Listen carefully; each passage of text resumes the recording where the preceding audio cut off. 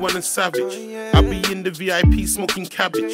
You can be my Cinderella after 12 be a vanish. Amore, amore. Tell you I tear that ass in Spanish. Ondele, ondele, ondele. Arriba. Trying to find my mamacita. Hola, como estás, baby? It's nice to meet ya. Get you in the hotel. I'm with your pro. It's a pleasure to have you here. I do a series that we call Self-Made. It's all about talking to people who have made it, who have done things that are special, who have done it on their own. We wanted to dedicate our time to doing and showcasing people in the UK. And what I love about you is you keep evolving. Whether it's music, whether it's now your show, but you keep evolving. I guess my first question is the name. Where does it come from? Ross Clark. My name came to me at a youth club on my bits. Now, I was performing at this show, and after I finished, I can't remember if it was Bomber Clark Leon or one of my next brethren, they were like, "Raw, that's just nasty, fam. The way how you're eating the mic, fam, like non-stop, cause fucking nasty, cause sick, you showed it." Nasty, where I come from, meant good. It was an abbreviation for good. But I didn't want to be N-A-S-T-Y. I thought, raw, we had an acronym to it. So I put a meaning within the name. You get me? Natural, artistic, respected, sexy, talented, independent, and educated. You get me? And then from there, I just ran with it. The fact that I was big, black, and obtrusive as well, my name stood out for me. How old were you then? 15, 16. You were emceeing in the club? Like a youth hall, like a youth center. Yeah. How did you want, when you were little, what did you want to be? This is so fucked up now, yeah? Imagine, I didn't want to be a musician. I wanted to be a bombs disposalist or a sniper for the army. Why? Because I just wanted to be shooting from like a mile away. It's sick. Like Commando, Rambo. I really wanted to be a bombs disposalist or to be like a sniper in the army. Did you see something? Did you, a movie and an inspiration? I loved all the Rambo films and stuff like that. Then I got into the Army Cadets. Royal Logistic Corps, became a Lance Corporal, used to do shooting all the competitions. Could hit a 25 pence, I could hit a 50 pence piece from 25 yards. So you actually pursued it? Could actually shoot. You get me? I was doing shooting competitions. I was like, raw. This is sick. Imagine being in the fucking wilderness and that, just licking our head backs. You get me? I'd love to do that. Boom, got in Army Cadets. So tell me about the music side. So when did music all of a sudden become important for you? Now, this is a true story, yeah? My first stage when I said I'm gonna start doing music, yeah? I used to sit on the block with a Tesco bag full of drawers, yeah? My Happy Shopper 30p lemonade and my custard creams, yeah? And a whole Tesco bags full of 8 balls, yeah? And my lyric book, and I used to sit on the stoop, yeah? Just serving and writing bars. You'd write everything? Yeah, just write everything. But I didn't know bars in it, so I just write 2 pages. So, sitting there, just writing. Boom. One time, yeah, I think some of them said, "Gone raw. Man, I think Narstie smoking crack, you know? 'Cause he's talking about he want to be a music man, blood. Like he want to do music." I swear them and they're smoking food, you know? Because at the time where I started to get into music, being a musician wasn't cool. Like a DJ was cool because the DJ's getting pussy and he's getting money. Talking about being a rapper and stuff, you got some tight little thing, gold chain around your neck, driving a Metro, dead. No them ones there, nothing ain't going for them man there. So it was like, whoa. Where I was at, I'm making good money for my age. Do you get what I mean? Not a lot of 14, 15-year-olds are making what I'm making, man's like, why the fuck are you gonna do music and go to that no respect? You get what I mean? Just couldn't fathom it. But the writing the music was my little getaway. Do you get what I mean? To write my truest thoughts on paper and not be judged. Do you know what I mean? Saying something out like raw, how you feel to spit it on a beat is totally different. So you could say the exact same words, but because one is on a beat and one is a cappella with no beat, you hear the density in what's going on. Do you know what I mean? And truth be told, I liked it. And I had a lot of pain, a lot of rage, a lot of anger. And the music was something I thought I could vent. On the lyrics side, you could get it out. I could get it all out. Did you think you could sing? I always thought I could sing. I always thought I could sing. So did you think at the time, I can do both, or one was better than the other? I was about to gal them, cause if I could have been Jenny Wine, cause and sing Pony, cause that I would have done that over rapping any day, cause you get me. If you're on it, let's do it. You know the ones there until the mighty day when your balls drop. Yeah. I just woke up one day and I had loads of bass, and my voice was just deeper. It's like, yeah, walk one. You know the ones there, and I was like, bro, singing ain't really gonna work anymore. And I remember at that time, singing, rapping, what people do now, that was very highly frowned upon. Yeah. You know what I mean? That was highly, highly frowned upon. So, goes back to the saying, the person with the most information wins. We're coming from, you got to look, England, our closest representation to music is reggae and hip hop. You get what I mean? Being a black kid from England, I look at hip hop and my ancestral heritage, which is Jamaica.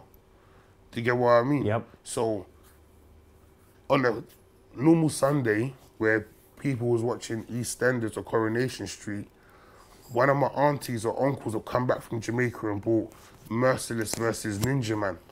You get what I mean? Cockatoo versus Supercat. Like, that was our highlight. Do you get what I mean? I wore a Japanese bandana because Ninja Man did that. I wore travel foxes and ballets because Supercat done that. You get me? I wore click suits because Buju done that. Sure. Do you get what I mean? Yeah. So then, raw.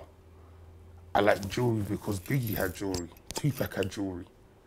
Do you get what I mean? It's the closest. You're emulating the culture. What's closest to me? Yeah. So there's a stage, every artist in England used to rap with an American voice. Yeah. Do you get what I mean? Because they didn't know their culture enough to rap in their own voice.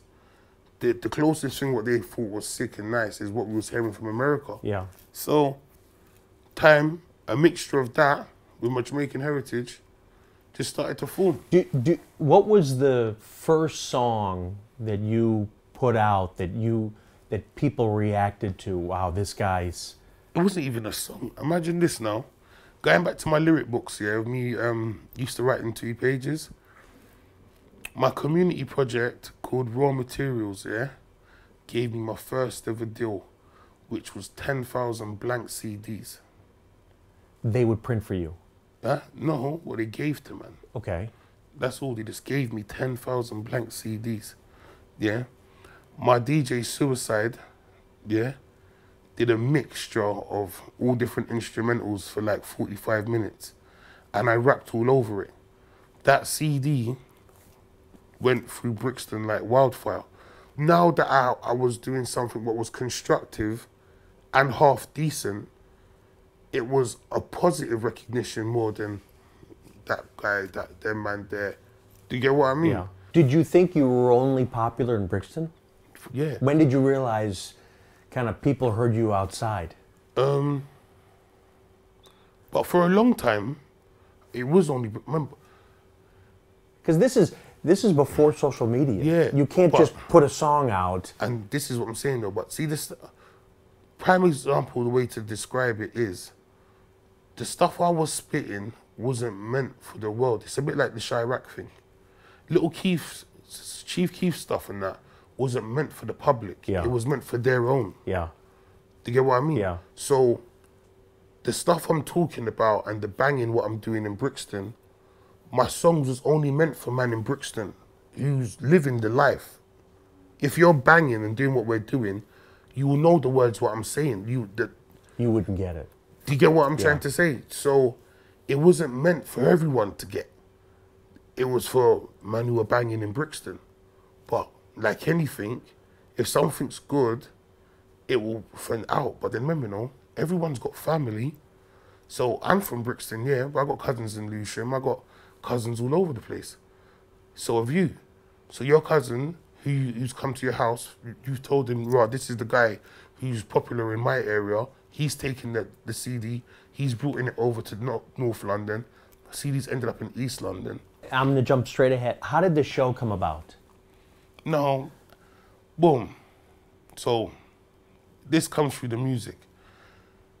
For long, I'm doing my music. It's getting there. It's having its thing. I'm stuck in this underground bubble. As soon as I showed the world my personality, connected to me, I'm saying to myself, why am I getting 100,000 views for smoking weed in my car and talking? But I'm only getting 20,000 views for my song. Do you get what I mean? My boy Ledger's like, because you're not intertwining your personality with your music. Your music, you're only showing them one side of you, not all of you. And they're not gonna get it like that. You gotta show them all of you. For long I'm thinking, what the fuck is Ledge talking about? But Uncle Payne's just start to pick up and do really well. Then there was a scene now, and then there was an artist called Nathan. He was a big singer, went to America, did all of this stuff. He ended up going to prison for fraud for scamming some old elderly woman, shit like that. But he's saying, bro, radio just gave up on him, stopped playing his music, all of this stuff. I did a reaction video to that with no top on, cooking an egg. But I said something. The first time I've ever said it, I was like, bro, all my fans out there who rate my music and like me and that, if you don't want to see me back on the roads fucking selling drugs and doing mad stuff and that, start phoning radio and telling them to play my music for, because that's where I'm going to end up. Wow, what told me to fucking do that? Next day, BBC Radio 1, 2,000 phone calls, play that fat cunt's music. Do you get what I mean? Yeah. So the ball dropped to myself. I said, raw, I've had nearly 10,000 soldiers and I've never given them a command. Yeah. Do you know what I mean? Yeah. I've never ever given them a command. So just an analogy is DJ Khaled. So to me, to those who never knew Khaled, Khaled's the same person he was 10 years ago, 20 years ago, 30 years ago. It's just social media now has a chance to see his personality. To me, it's like what you're saying. Your personality is now for the world to see. You get me? And I had to wait for my time. I had to wait for that to happen. Yeah. For me to blow. So I've seen the show, and I wouldn't know anybody besides Ed Sheeran as an example. I wouldn't know who is on it, but my wife and I were watching it. But it's because of your energy that you're giving and the honesty that you're giving. It's very real. It's fun to watch. And I had to make TV like that. It's like every time I lie in my bed and I watch TV, none of that represents the world I actually live in. Do you get what I mean? It's like worlds within the world. You know what I mean? It's like the songs they play on radio is not the songs that you play in your car, because you have control of your aux lead. Did you think the show would be successful? Yeah and no. I thought, yeah, in the sense of that it's the first of its kind. I said it's going to be the blackest thing on TV England's ever seen. But two, would England allow that though? Do you get what I mean? Remember, no, what I've found out to learn with industry antics, yeah, they don't mind you coming in and making some money. But when you start to change things, this is where people have a problem. Yeah. And unfortunately, the money what I've come to make is life-changing. Do you get what I mean? So people are going to have a problem with that. Because if I was just taking a fat bag home, that's one thing. I'm changing people's mentalities. I'm changing the way people are thinking. That's what they don't want now. That's a problem. Do you get what I mean? So that makes the journey a bit harder. The fact that man is having such a powerful influence over people. Is the do you know if the audience has the audience changed, both who comes in house and who's watching it? It's mad. My TV show has the highest black audience ever on TV. You get what I mean? Like, you would never see so much black people in the audience on TV ever. You would definitely see that on The Right Stuff. You wouldn't see that on Graham Norton, Jonathan Ross, because they don't fit that demeanor. Yeah. And it's not them anyway. Yeah. Do you get what I mean? So, it's mad. Are you proud of that? I'm definitely proud of it because I've set boundaries, and I've set like a good goalpost. But with great power comes great responsibility. So what's next for you? What do you see as the next accomplishment, next thing you want to conquer? Boy, right now, the TV came early. The TV was supposed to be my pension plan. You get me? Yeah. When I'm like in my late 50s, like bang some TV. You get me? Definitely gonna do some porno videos. Do you have the name of the video? Got a title? Black Dirt Diggler. No, the one there. The old school boogie nights. No, the one's there. You gotta have a roller girl in there. You know, oh shit. No, but Roller Girl's gonna have a lot of ass. A lot of ass. But yeah, more music. I got more So music is gonna definitely come. Music's my first passion. Yeah, so that's gonna stay. You're not giving up. 100%. Music's definitely my first passion. The TV stuff. You finished the second season? Yeah, I got one more show. You get me? The TV stuff, truth be told, is something I can do. It's easy. It doesn't take away from what I am, if it makes sense. Like how I've started my whole journey, there's two parts to me. Some people just love my personality and some people love my music. Some people don't watch my show, they just listen to my music. Some people like the show. So it's a balance of two. And I'm not gonna put one part of me over the other. It's just a full package, do you know what I mean? And what's worked for me so far is just being myself. Do you know what it is? Anything done with an alter ego is what you have to keep up with. Yeah. I smoke too much weed for that shit, big man. Yeah. Do you get what I mean? I don't want to be always looking after the last word I said to make sure it's implied with the image I'm trying to portray. Yeah. I'm a Ross Clark G, and that's what it is, fam. Man just does real things, say it what it is, keep it true. Do you get me? With that method, the world's my oyster. Do you get me? Yeah. Who can you say who's on the second season? I've had fucking Rio Ferdinand, Jimmy Carr. We've got Tory Lanez on the last show. Bare people, blood. Steve or the man like Hacks. Who's your favorite guest so far? Ross from Friends. What? Because you love Friends? Yeah, blood. I love Friends. My sandwich? That's Joey's favorite food. Come on. That's sick, man. Really? That was the first time you met him on the show? Yeah. But that's neat, because you're a fan. And Tandy Newton. Yeah. She's a lovely woman. Yeah. She got Ross to come on my show. She came on my show and put in a good word. Who do you want to interview? I would love to get definitely get JayZ on the show. That'd be gas. Yeah. Yeah, man.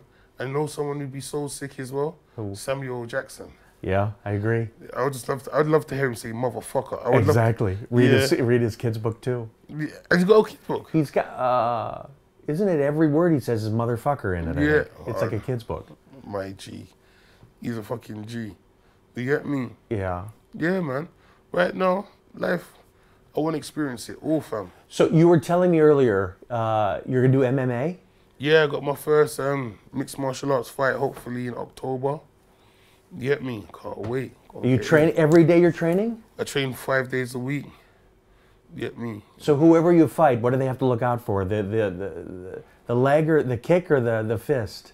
Boy, hope I don't grab you. I'm learning guerrilla JiuJitsu, Shirubu back. Grab joints and twist them the other way. Know them on there. How long you been training for this? Over a year now. I'm conditioning my shins, nearly broke my shins. You get me? Can't feel fucking You like thing. it? You like the experience? I'm in a domestic relationship. I keep going back and I keep crying in my car. So, do you know what I mean? And it hurts and I keep going back. Because you like the abuse. I like the abuse. You like it, so it's marriage. Do you know what I mean? So, yeah, man. But I think especially coming from road, yeah. Not see the difference between street, yeah. The music industry and the TV industry is a lot like street with a lot less punching in the face. You see my word on the road, yeah. You have to carry your word. So if I say to you, raw, big man, I'm gonna represent your drink. That's what I'm gonna do. You just want to give it all. You want to do it. Yeah, because I gave my word to it. Yeah. Do you get what I mean? These TV motherfuckers, their word is not bond. Do you get what I mean? So they break their words a lot, but with no repercussions. Do you get what I mean? So it's mad. You have to have a street aspect of looking at things, but it's corporate. Hence why I keep it lone wolf. Do you get what I mean? Because you know that's not normal. Never, but truth be told, I'm not supposed to be in the industry. My fan base has made me in the industry. Sure. And my cult following has made me in the industry. My ethics of life and morals and how I see things is definitely not industry based, no. Well, I'll say, and I'll end on that note, which to me is very special, to me it's that idea of being self-made. You're doing it your own way, and you're committing to who you are. Yeah. And you don't want to change it because you believe in it, your fans believe in it, your family believes in it, and they believe in you. Cool. BigNarstie.com. T-shirts, CBD products, the shebang. Let's do it. Cheers. Thank you. Thanks for having you on. Thank you. I don't want no problem. We gon' do this to the manana. Sleepless, listening to Nirvana. She want plantain and a banana. Girl, I know